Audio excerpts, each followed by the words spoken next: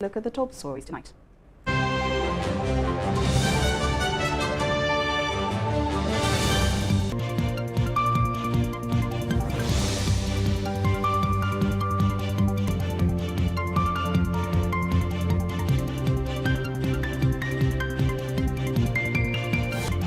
As President denounces the Katonga interim leadership.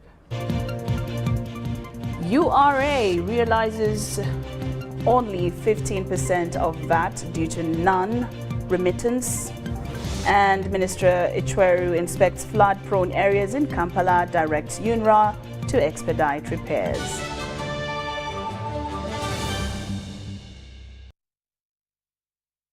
Good evening once again. President Museveni has commissioned the new Tororo cement vertical rolling milling plant worth $25 million. Speaking during the commissioning of the plant, President Lauryn Museveni promised to grant other mining rights to investor Patel to build more factories in the designated 10,000 square mile mineral-rich endowed area in Moroto district. President Museveni also warned politicians of wanting to join politics without a medical analysis of Uganda's health and economic requirements. We have details in this report. President Lauryn Masika has finally commissioned the $25 million Tororo cement vertical milling plant. According to the investor Patel, the plant has the capacity of producing 100 bags of cement in 1 hour. This one here,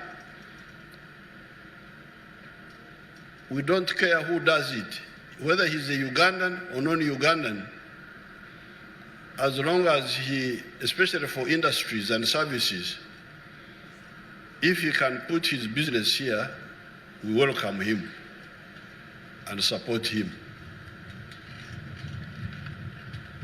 And that's why we had to go against people like Idi Amin who were just ignorant and had chased these Indians. Why chase the Indians? The Indians were doing better work than many of the indigenous Ugandans. Speaking at the commissioning, President Museveni appealed to politicians not to join leadership if they don't have a clear medical analysis of Uganda's health and economic problems that led to the collapse of the economy during Idi Amin's regime. Museveni emphasized that transforming Uganda will not warrant who knows what, but the capability to take the initiative. He revealed that the Tororo vertical rolling mill plant is not for the Indian community, but for Uganda, saying that it's going to add to Uganda's GDP. In some of the areas, people have woken up, like in the cattle corridor there, people are producing a lot of milk, and you can see they have improved their livelihood. In Masaka, they are growing coffee.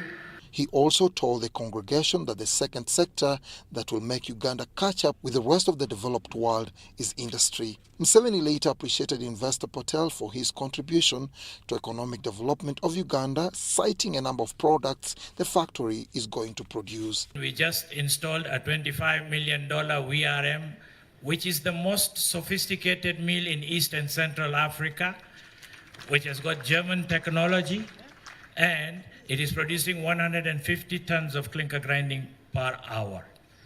By March, with God's grace and God in front with us, we will have installed a 300-ton per hour clinker grinding. He pledged to give more mining rights to the investor in the rich mineral endowed 10,000 square miles in Moroto district to build more factories. Speaking about the agricultural potential of Bukedi region, President Museveni told the Bukedi people to be calculative in the agricultural sector by embracing the 4-acre model farming system, warning them on investing much in cotton production, which he says requires huge land, which the Bukedi do not possess.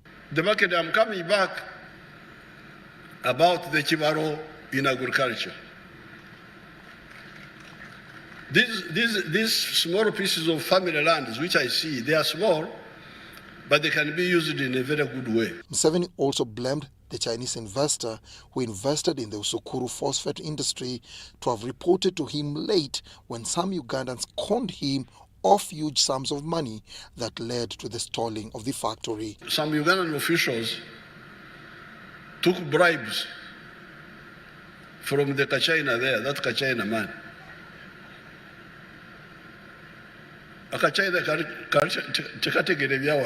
However, he assured the congregation that efforts to return the Chinese investor have been finalized and soon the Usukuru phosphate industry will be up and running.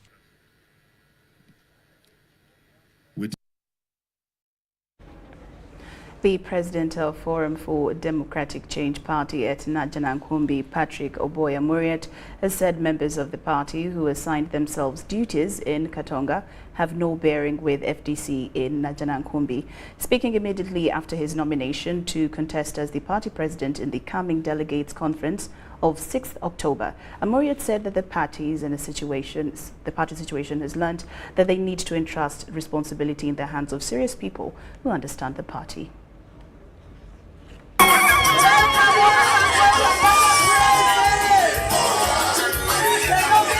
Forum for Democratic Change leadership at Najanankumbi has concluded nominations of candidates in positions like the members of Management Committee to contest in the coming delegates conference to take place on 6th October at Omasho grounds. The president, Patrick Oboya Muriat, has come back to contest in the same position against Byamgesha Moses. The Secretary General, Nathan Nandala Mafabi, has also requested members to vote him for another term, while one of the founders of FDC party, Jack Sabiti, has been nominated as the national chairman of the party. I declare Muriat Oboy Patrick a duly nominated candidate to contest for the FDC position of the president. The candidate to contest for the FDC position of Secretary General for the term 2023 to 2028. These were welcomed amidst ululations as members congratulated them for being nominated. President FDC Patrick Oboya Muriat said he is looking at stabilizing the party in the next 5 years, hopes to manage the rumblings in Katonga. Assured party members that the party is not going anywhere, no one is going to sell it, urging them to listen to one command center. We are here, we are in charge. Those leaders who assigned themselves duties are leaders of Katonga, they are leaders of Birigwa, they are leaders of Dr. Kiza Besije.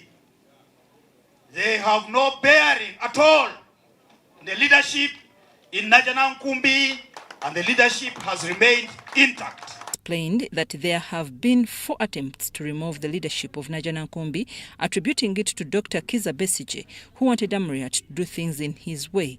Yet, he was the president, and this made him fall out with Katonga. We here in the leadership came under intense pressure to hand over the flag to the NUP candidate, and we rejected that. Attempt to stage a coup was when Dr. Kiza Besige came here to the 15th National Council. And true to his promise of 3 years before, he came accusing me, the Secretary General, and the leadership here of taking dirty money from Museveni. Secretary General Nathan Nandala Mafabi has emphasized that the FDC party is known for failures, saying it is unfortunate that some members grade him as someone who has been bought, yet he is on demand because of his brain. Assured the people that he cannot go with the party anywhere, he goes as an individual, even when called to serve in government. Tell the that the FDC is a party you should trust and believe in it. Are you getting us? We cannot sell FDC to anybody. Sabiti, one of the founders of the FDC party, says Dr. Kizza Besigye never wanted to leave office of the president, thinking that he is better than everybody and that he is the one who is disorganizing the party. But this they will not allow. Come back. And we bring him back, we give him the presidency, all the terms he wanted, he used it. Now he wants to disorganize the FDC from his own group. That one we cannot accept. The Katonga faction of FDC elected new leadership, but not going through an election of voting, and this, lawyer Yusuf Nsibambi says, is not a democratic process of changing leadership. And whatever happened this week at Katonga is reversing the clock. We have a process where we get leaders through a democratic electoral process, not nominations, not declarations or directives. This election, slated for 6th of October, is going to take place with the exclusion of 20 districts of the Western region, which never participated in lower-level elections, and this, Byamugisha Moses requested, should be looked into. Navka Farida and Stephen Kalisia in Najanankumbi. The Office of the Director of Public Prosecutions, or DPP, has made a resolute commitment to combat human trafficking by increasing convictions, emphasizing that no crime will go undetected. This determination follows the launch of Standard Operating Procedures, SOPs, by the ODPP and the Uganda Police Force, within the aim of investigating and prosecuting cases of trafficking in persons in Uganda.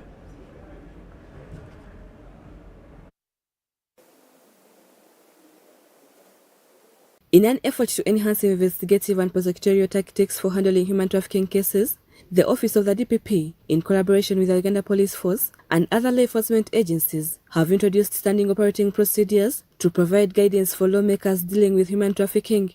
Deputy DPP Judge William Biansi, representing Lady Justice Jane Francis Abodo, at the conclusion of a 3-day national workshop involving various stakeholders focused on these procedures. So we expect better investigated cases, more detection of human trafficking trafficking in persons cases, and we expect more convictions of offenders, recovery of proceeds of crime, and putting a stop at the pace at which this offense is increasing. BNC issued a stern warning to human traffickers, affirming the ODPP's readiness to prosecute and detect these crimes through convictions. Sharing of information in a digital way will enhance our capacities in tracking these crimes, tracking the criminals, and rescuing victims of crime. We don't have to wait up to the end. If information is got early enough, many people can be rescued, and many have been rescued. Given the persistently high rates of human trafficking cases in the country, stakeholders have called for the introduction of more regional level awareness programs to combat this vice effectively. Knowledge to have a pass solve the problems of transforming Uganda. Because we have moved to where we are now, and in the next 20-30 years, for us to live a better life, for our children to live a better life, we must invest in knowledge for development. In order to combat this crime, the government established the Coordination Office, which is established under Section 21 of the Prevention of Trafficking in Persons Act.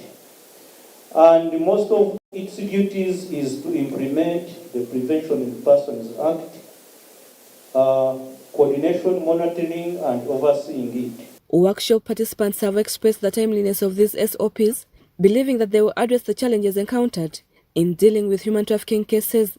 I think now we are not going to have many mistakes. We are going to coordinate at the very inception and ensure that the victims are well handled and the suspects are prosecuted. The introduction of these SOPs for human trafficking cases received support from CIVIPOL and the United Nations Office on Drugs and Crime.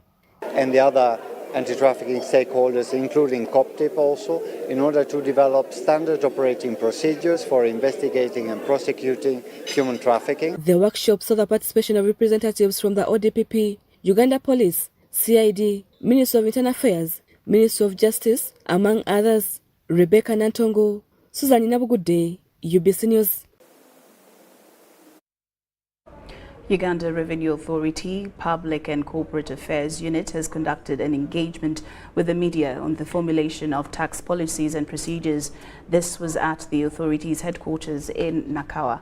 Every financial year, URA comes up with proposals for policy changes on tax measures to enhance revenue collection.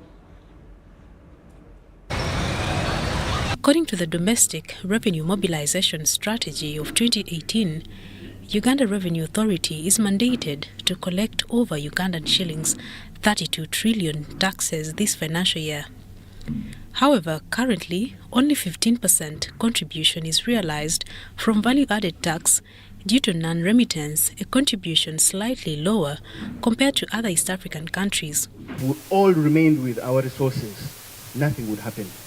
There are projects here that only the government can do. I don't know how much you have paid for our security on the borders there. I don't know how much money you put in there. But the government has to do it, and that money has to come from somewhere. But those are things we do not really see until trouble hits. That's when you realize that, okay, wait a minute. I think, So, I think citizens need to know that it's an obligation to pay tax. We as tax administrators, it's incumbent on us to make the tax collection efficient, transparent, okay? And today, John Musinguzi is saying we need to put a human face on tax administration. The proposal will be adopted by Uganda Revenue Authority if they are well researched and have justifications for tax problem solving before they are approved or taken into consideration. After that, we submit the proposals to the ministry because they are the ones who take it on. They are our line ministry, and as we all know, that this is a public institution. It is the minister who is supposed to table them at Parliament. So the ministry will review all the URA proposals. However, currently, URA is facing challenges including uncollected monies from some entities that evade taxes, especially the value-added tax. It is the 10% of revenue where we have to struggle with people. We agency notice, we will close the shop, we will, all those kind of things. But this is the thing. While we have many of those, we have taxpayers who pay their taxes, but could be reluctant. On a given day, they say, let me first sort this out. So, send a VAT, and when we come demanding for it, he doesn't have it. The authority is undertaking consultative meetings to collect proposals for adoption for policy amendments for financial year 2023-2024. Mariana Awori, UBC. UBC News tonight. Now, residents in Chireku Namamve are urging the authorities to intervene in what they describe as illegal evictions from their land by the Uganda Railway Corporation. They claim they were evicted without notice and compensation, resulting in significant financial losses and property damage. As Ivan Kaho reports, the corporation insists that payments will be made when funds become available, but the construction projects will continue.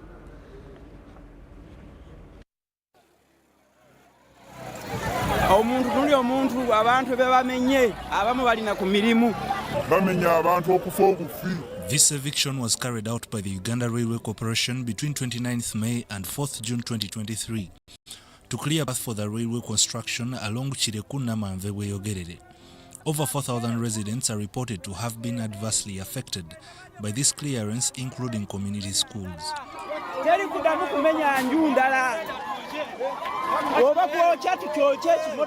So that's why I said I will not go to work, but I have to educate people, these children from people whom I vowed that I will be in there and teach them. Locals claim that the eviction was executed without prior notice, preventing occupants from securing their belongings and properties. It really hurts. Nasanga mama abana asituta abana bakenze ekiyumba bale sawo twakitanga we yaje yali bakubye we yasitu enyumba n'ekikuwa wasi oli mama abana naye yali ava mu bye abana bali bakenze ku ssomero basanga wakanga tewali kantu. In this stage when they broke me here, I had 31 rental rooms, well facilitated. Mwentu wadde warning tyabaye mu setting neti mwatu wadde warning yonna abantu abali basokka mu mite 10 nene muleta guleda ne mumenya bumenya twabakola ki amayumba gange gegabadde kanzigiramu ekikumi ky'abaana bange nango ng'omuntu okwebeesaawo. We were requested by the contractor to provide space for the construction, so we went ahead to remove encroachers within the 10-meter corridor of the line. Like me, my house where it was, I even measured it in person. It is over 200 meters from the rail line. That's around 45 feet, I mean more than 60 feet. Ndoza chokola chimbula, ndoza kubana bange bambula. Many are experiencing anguish and asserting a lack of compensation even though their credentials were recorded. Wabula kujayo ndaga muntu kube kifananyi bera ku nyumba yo bakole business yo nabwe kubula boti ne bakuba bo bati. And those details were supposed to guide us on what they call compensation. We don't call it compensation, actually it is resettlement. Either they aid the money we were supposed to pay the people, let them to tell us. Government right now doesn't have the financing to do that, but government has financing to rehabilitate the line. If the money is there, let it be, let the valuation, the people who are valued be given their money. But when the time for compensation comes, they'll be given what they are due. Some of the affected individuals have been residing on this land prior to the 1995 constitution coming into force. Nzaliddwa okwo ninawo n'omulambo wegguli awo ogwazikibwa lwakuba kati twakita yakola ki yasendawo. You came to that land, no one called you there, you got the land free of charge and you've been benefiting from it. Nensaba busabi government eno entaasa emyaka gyemazeeko mingi kati nagendawa nkadiye budaka navaayo dda bangoba era n'olumbe balwabya nti nafa kati ndi wano. Kuno nazaliwako buzaali sigamba nti najje nazaliwako n'abazadde bange bazalira kuno era n'okubaziika babaziika kuba entaana bazibika kw'ettaka tezikyalabika.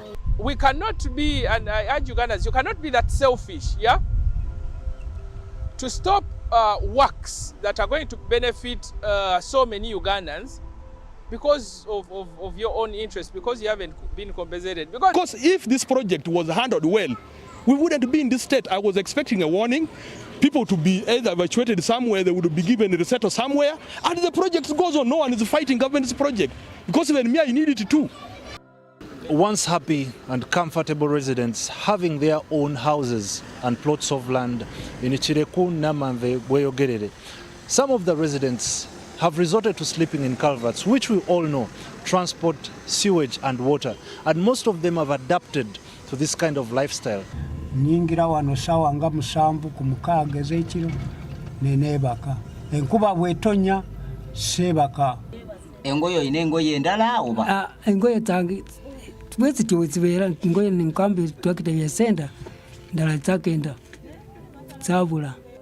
Locals have computed and assessed the value of their destroyed property at 50 billion and have composed a letter to petition the president regarding the same. Ivan Kahwa, UBC.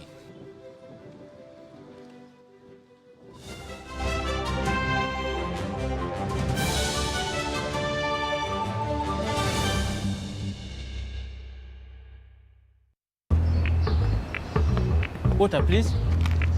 Can I pay with Momo? No. Ha. Hey, can I pay with Momo? Ha.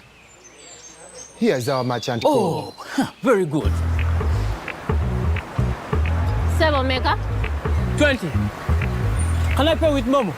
Unfortunately, no. Ha. Baby, Let's go. When paying with MTN Momo comes with more benefits for everyone, it just doesn't make sense not to have it. Hello, I've come for rent. Can I pay with Momo? Yes, you can. Pay or shop with MTN Momo and get cashback every week. It's free of charge. Use the Momo app or dial *165*3#. Do you need data collection services, data analysis and reporting, monitoring and evaluation systems? Then contact Mood Technologies, a professional research firm that has provided many organizations with timely research solutions for over 15 years. For more information, visit www.mt.co.ug or call us on 0704 913 399 or 0782 602 963. Visit our office in Kampala at Sayuni Complex in Tinda. Mood Technologies, your professional research firm. Uncle, you should see London. Oh, my boy. This has been 5 years. You should see Uganda. Yes. Uncle Marcus, this is my former school. See, soon there will be more than 1 million children learning like this for free. This is impressive. Do you even have connection out here? Well, we have 100% 4G countrywide. Okay. We even have 5G too. That's approximately 700 billion Uganda shillings in tax, making Airtel one of the largest corporate income taxpayers over the last 5 years, helping build a better Uganda. Today, your son saw our new Uganda. Thank you, Uganda, for imagining it with us and making us the fastest growing telecom in the country over the past 5 years. In this family, we can't agree on anything. Martha. We can't even agree on what to watch. All the games to play. Martha. Ndowoza Mulabi, we can't even agree on what to eat. At least the one thing Fena we can all agree on is the soap to use. He likes that it's big and lasts long. Anti-economy. I like that it keeps my skin smooth. Ate Alina Echovu. And the children like that. It smells amazing. Everyone is happy. Movit soap comes in 4 fantastic flavors. Movit family soap is truly soap for the whole family. Movit. All day confidence.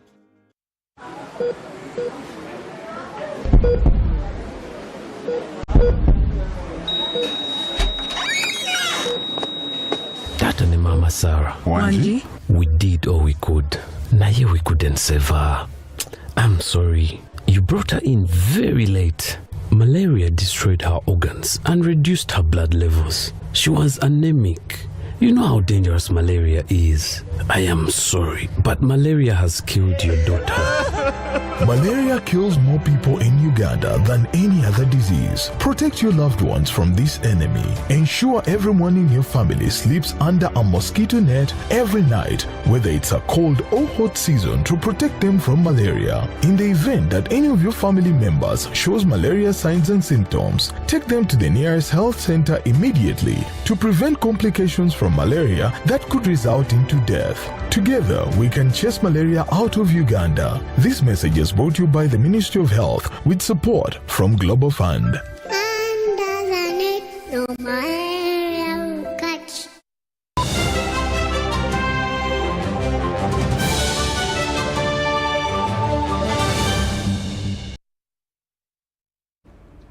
Welcome back from that break. Intergovernmental cooperation, collaboration and coordination is key in advancing social security in Uganda, says Betty Amongi, the Minister of Gender, Labour and Social Development. Speaking at an ICT stakeholder workshop organized by the NSSF, Amongi referred to the ICT sector as the cornerstone of Uganda's social and economic transformation.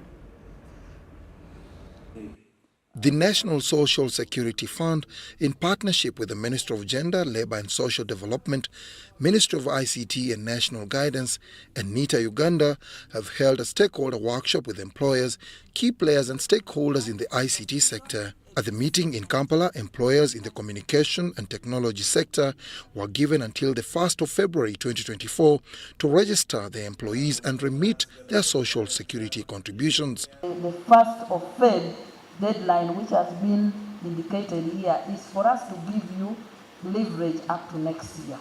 After that, we will start enforcement. And enforcement would be that before you get renewal of your license, or before you get renewal of your license or whatever issue, you first get certificate of clearance from NSSF. This is in line with the operationalization and consolidation of the social security compliance within the ICT sector following the recent NSSF Act as amended in 2022 that requires all employers register their employees regardless of their number. Support NSSF. Me, I can just see that in the next 20 years, we don't need World Bank and IMF to finance this and to give us conditions that first live with your fellow man. We can grow our fund and we borrow this money from the fund, and all this money we are remitting, paying loans and interest to foreigners. Stop. All this money should go to NSSF and secure the lives of Ugandans who are coming towards return. At the workshop, the ICT Ministry committed to establish a robust infrastructure to facilitate an array of online services offered by various entities in the public and private sector. In order for us to connect the dots between the focus that ICT is driving and its initiatives, as well as the savings, we are saying, when all these pillars are put together, we shall be able to create an environment where employment opportunities are created for the people, and therefore they will get income and make savings into the fund, whether formal or informal. For 60 shillings now, it has taken us 43 years to get 18.6 shillings. We dare dream that we can get 50 shillings, another 30 shillings in 12 years. We dare dream because we know we can do it. And we will. The collaboration between the public entities and the private sector players is seen as an essential step towards advancing social security in Uganda. Dennis Igoa for UBC News. Thank you, Dennis Igoa. Now, the First Deputy Prime Minister, Honorable Rebecca Alitwala Kadaga, has officially launched Uganda's second joint external evaluation exercise aimed at assessing Uganda's compliance with international health regulations. This launch, held at the Sheraton Hotel in Kampala, marks the commencement of an internal and external evaluation process. It will assess the measures Uganda has taken to strengthen disease prevention, early detection and pandemic response since its first evaluation conducted in 2017. Over 190 countries, including Uganda, are signatories to the International Health Regulations of 2005, a legally binding agreement that mandates all World Health Organization member states to establish a robust public health emergency action plans. The Office of the Prime Minister is the coordinator of the second joint external evaluation exercise. This exercise is very important for the country to assess the capacity of the country to see how we have been able to build, to prevent, to detect early, and promptly respond to public health emergencies and threats. Building our capabilities to prevent, detect early, and promptly respond to public health emergencies is a multi-sector effort that's assessed by an independent external team of experts every 5 years. Uganda's health security scorecard since the last joint external evaluation stands at 65%, a figure closely aligned with the current global health security scorecard of 66%. Africa's health action scorecard averages around 52%. The Public Health Act was assented to by His Excellency the President of Uganda. Also, just to reiterate, 6 regional emergency operation centers have been established within the regional referrals: Mbale, Arua, Kampala, metropolitan area, Masaka, Hoima, and Fort Portal, and more are being developed. As earlier noted, 8 point of entries have been designated to comply with the IHR. Just let me mention again. Notable achievements in Uganda's health security since 2017, joint external evaluation by the World Health Organization, include the amendment and enactment of the Public Health Act, the introduction of a disease surveillance and response framework, and an intensified immunization campaign. However, around 40% of activities outlined in the National Health Action Plan lack budgetary allocation, policies often remain in draft form for extended periods, and there are challenges with data sharing among agencies. Because about 40% of the activities had no budgets allocated to them. Then there is a lot of prolonged use of draft frameworks, guidelines, SOPs to execute activities.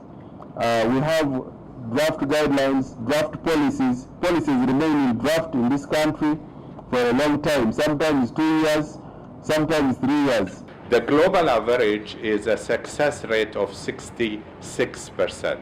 Uganda fulfills out of the 19 criteria in good level up to 65%. This is far higher than the African average of 52%. Every 5 years, a joint internal and external assessment is conducted to evaluate Uganda's capacity to respond swiftly to public health threats. This assessment covers 19 technical areas, with the last one taking place in 2017. Crispus Arenitwe, UBC News.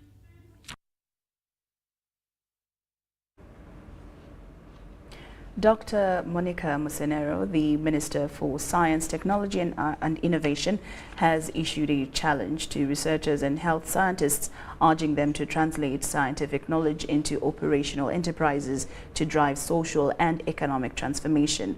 Dr. Musenero made these remarks while addressing participants at the 17th Annual Scientific Health Conference held in Entebbe, Wakiso District.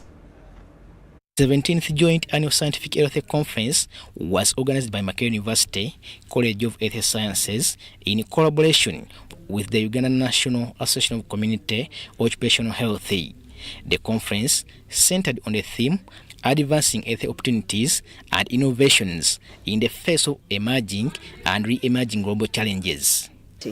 As a College of Health Sciences, we have a curriculum that has community-based education and research. So our students have time to go to their community in over 60 districts in Uganda to be able to implement and study and implement the research together with their community members so that they have a holistic development. This is what we embrace at the College of Health Sciences.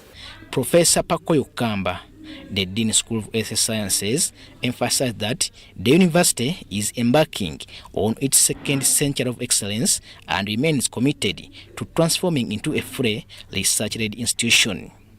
For a long time till now, we have had to depend on donors, but perhaps it is time to rethink whether that would be sustainable in the long run. Dr. Monica Musenero, the Minister for Science, Technology and Innovation, tasked all stakeholders, especially researchers and health scientists, with the responsibility of translating scientific knowledge into social and economic transformation, which is crucial for economic growth.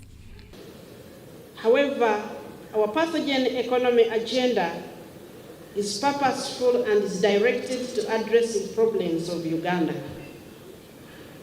So we want to have this value chain where we produce solutions.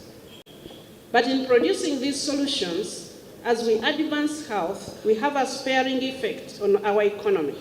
Dr. Musenero also stressed the importance of conducting productive research and establishing the right systems to ensure that scientific advancements translate into tangible development. Because as we import healthcare inputs and produce none, our ability to provide quality diminishes. and we will have people coming up trying to do an exhibition. It doesn't help. Let all of us get our hands dirty and become productive. That's the only thing that will save us. The Joint Annual Scientific Health Conference also aimed to foster regional and internal collaborations in training, research and outreach. Robert Katamba, UBC News. Thank you, Robert Katamba. Now, Kampala Capital City Authority is currently in the process of establishing a recycling plant to address waste management challenges in the central business district of Kampala.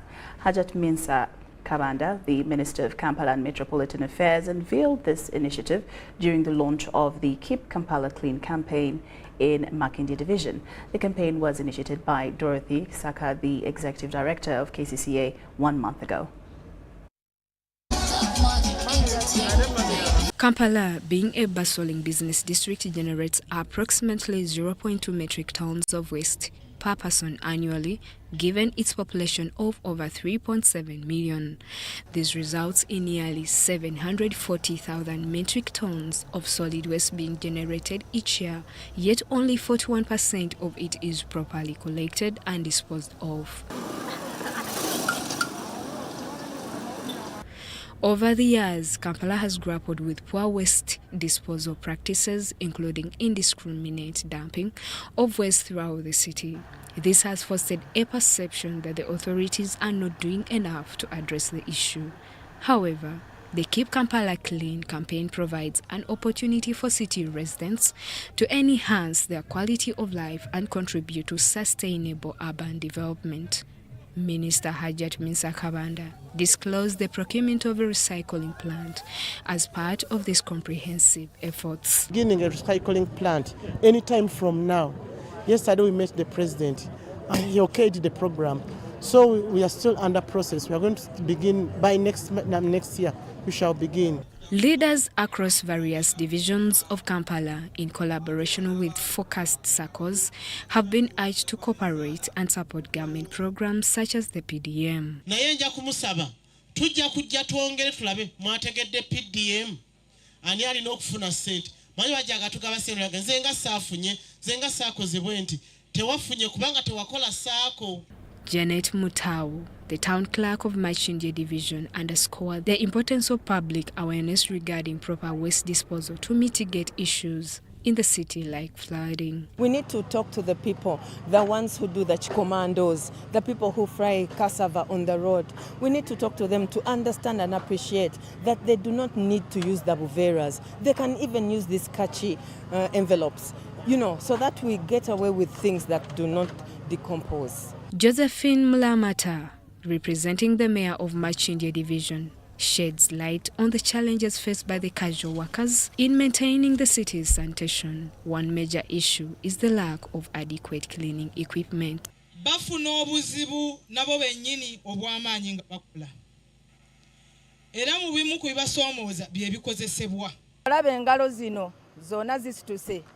Sina gloves n'okujja tusaba emmotoka bakama baffe tubasaba abali eyo waggulu muleme zisigaza zisipaakinga mu paakingi za kitongole muzireete zirongoose abantu. Meanwhile, to prevent poor waste disposal from contributing to flooding during the rain seasons in Kampala, the public is encouraged to take responsibility for proper waste management within the city. Justin Nakami reporting.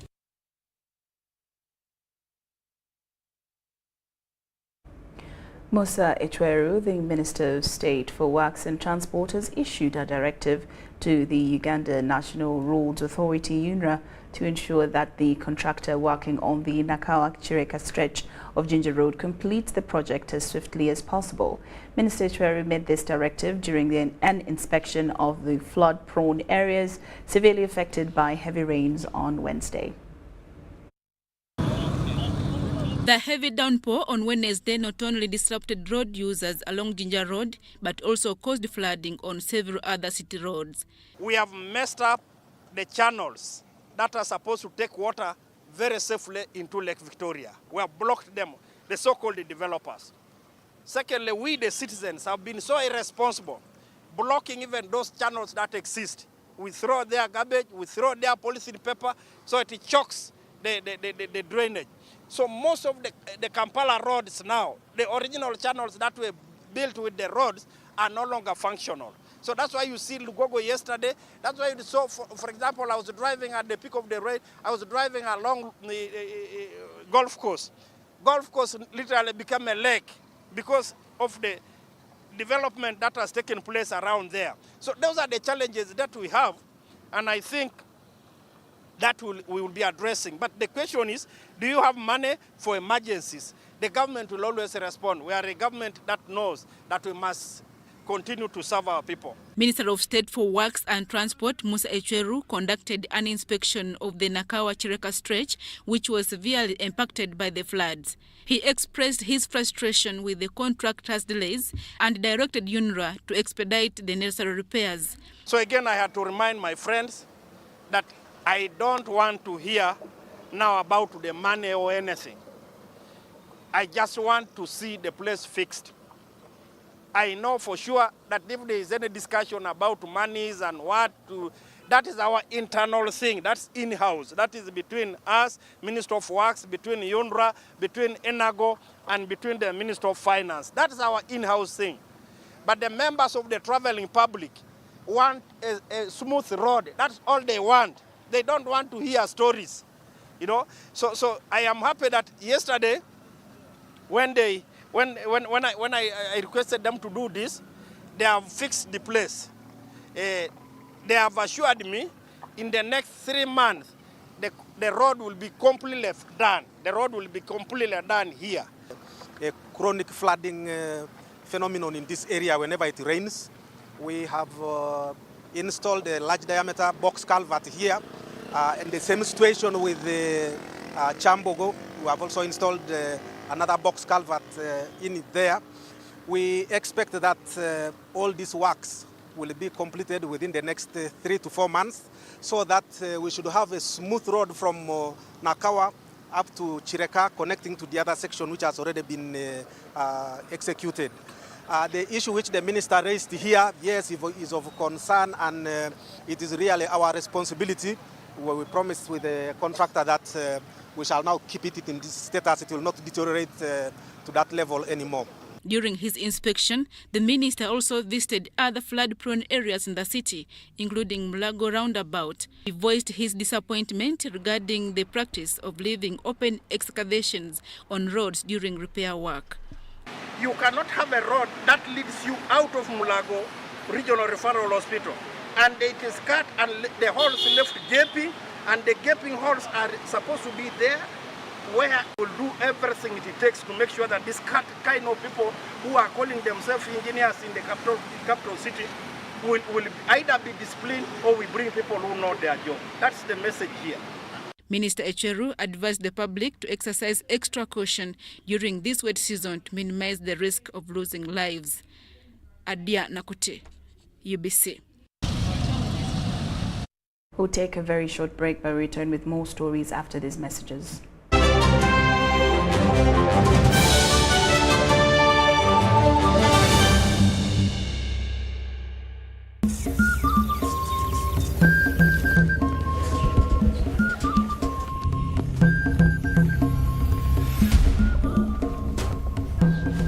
The doctor says you are getting better. I have a list of suspects in my file here, but I need you to help me identify the thief who attacked you.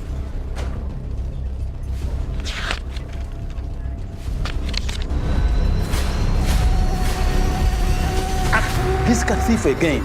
Malaria is a thief. Don't let it rob you and your loved ones. Prevent it by sleeping under a mosquito net. Clear bushes and all stagnant water around you. If you notice any symptoms, go to a health center near you to test and treat, and ensure to complete your full dose to avoid severe malaria, which could lead to death.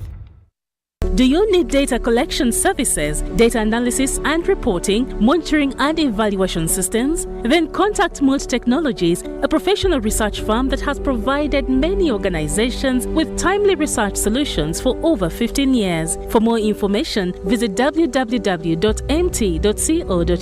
or call us on 0704 913 399 or 0782 602 963. Visit our office in Kampala at Sayuni Complex in Tinda. Mood Technologies, your professional research firm. The Vice-Chancellor of Gulu University wishes to inform the general public that Gulu University will be hosting the 5th Biennial African Philosophy World Conference from Monday 18th to Wednesday 20th September 2023. The opening ceremony and keynote presentations will take place from Acholi Inn on Monday 18th September 2023. The rest of the presentations will take place on Tuesday 19th and Wednesday 20th September 2023 from Gulu University under the theme Gender Dimensions of African Philosophy from the following international scholars: Professor Taban Loliong from the University of Juba, Professor Anke Granes from the University of Hildesheim, Germany, Professor Silva Tamale from Makerere University, Professor Josephine Ahikide from Makerere University, and Professor Ebunoloa Olufemi Oduwale from Olabisi Onabanjo University, Nigeria. For more information, visit the conference website. Dear customer, why pay for more when you can only pay for what you use? Enjoy the best value on daily voice bundles now charged per second. For example, if you call for 23 seconds using our 25-minute Bona bundles, only 23 seconds of that call will be charged, leaving you with 24 minutes and 37 seconds to talk longer with your loved ones. Dial *100 *1# to buy a daily voice bundle today. Airtel, a reason to imagine.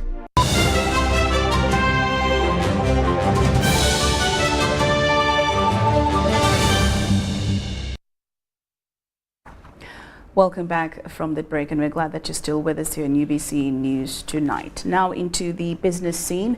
The Ministry of Finance, Planning and Economic Development is focused on reducing the cost of doing business by the private sector in order to make their enterprises and investments competitive locally, regionally and globally. This was disclosed by Patrick Ochailap, the Deputy Secretary to Treasury at the 14th National Competitiveness Forum held in Kampala. The Finance Ministry has held the 14th National Competitiveness Forum on the private sector investment. According to the National Development Plan 3, the private sector generates 77% of formal jobs and contributes 80% of the GDP. This forum also comes at a time when the President has raised the target to increase the size of the economy nearly from $50 billion to $500 billion in the next 10 years. And I think the summary I gave prior to this statement attests to the intention of government in this direction. The forum, which attracted various players in the agro industry, mainly focused on enhancing investment opportunities in agro industry, making use of regional investment opportunities, among others. The 14th Forum was geared at unlocking growth, transforming the economy from dependency on raw materials to a manufacturing economy. What bottlenecks along the value chains would you like us to address in the immediate, medium and long term?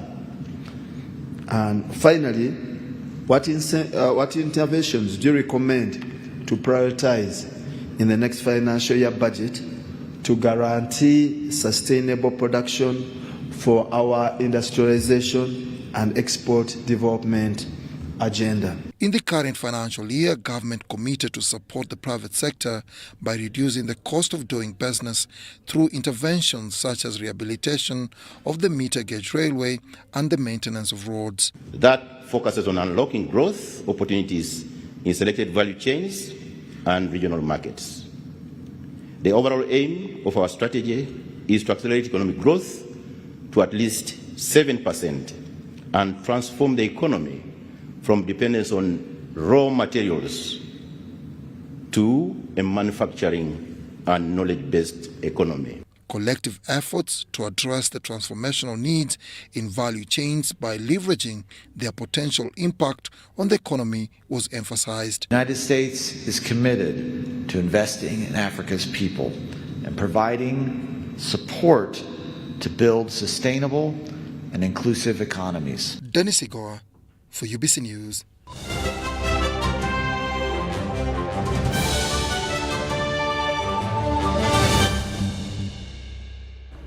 And now onto the sports scene. The Uganda senior women's national team, the Crested Cranes, lost 2-1 to Algeria in the first leg of the 2024 Total Energies Women's Africa Cup of Nations qualifiers at the Fufet Technical Center in Jeru on Wednesday evening.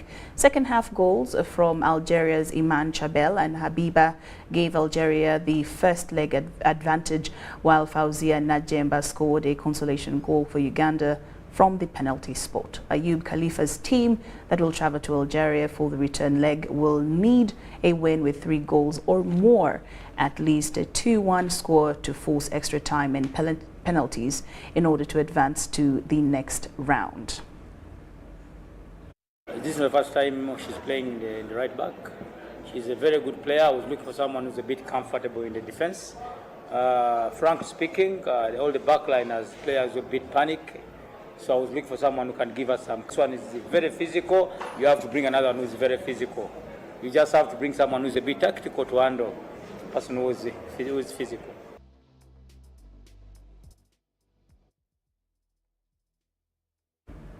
UBC News Tonight has come to an end, but do join us at 10 o'clock for our second edition. Now, are you experiencing lower back pain? Tonight in You Health Chat with Sophia Matovu, we discuss lower back pain and physiotherapy for lower back pain. The show is up next.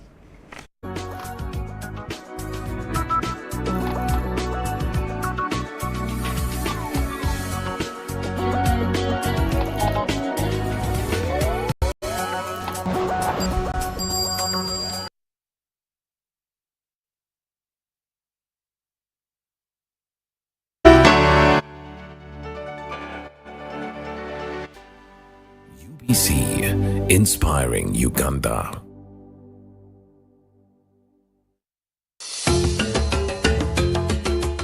Did you know that the Uganda flag was adopted on the 9th October 1962? This is the date that Uganda became independent from the British Empire. The Uganda flag was designed by Grace Stewart Katebariro Ibingira. It consists of 6 equal horizontal bands of black on top, yellow, red, black, yellow, and red at the bottom. A white disc is superimposed at the center and depicts the national symbol, a grey-crowned crane facing the hoist side. The colors of the Uganda flag have different meanings.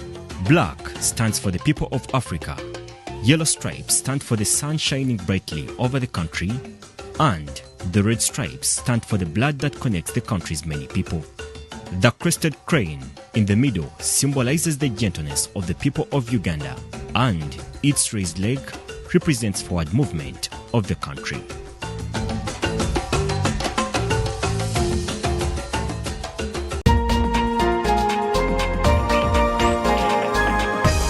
One-on-one with Michael Jordan Lukomwao. A weekly face-to-face conversation focusing on accountability, inspiration, information, and sensitization of the public from the various sources such as inspirational profiles. Having a disability is not inability. Professional guidance. There is no special antiretroviral therapy that is given specifically for discordant couples. And of course, politics. Don't you see anywhere that you would give a credit in the fight against COVID? My role as the owner of the country is not to, be preoccupied by giving credit to my servant. We have said that if we are to talk to General Museveni, there must be certain conditions in place. Is it true that you paid 5 million shillings to MPs that voted for Anita Monga and Tayebo? That is laughable. Why would we pay when we have nominated them as SEC? Every party has been represented in Uganda's parliament for 10 years. We only by one MP, you yourself and my daughter, Susan.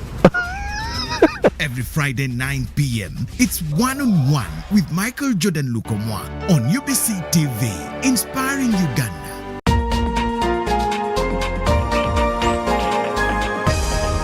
This weekend on UBC.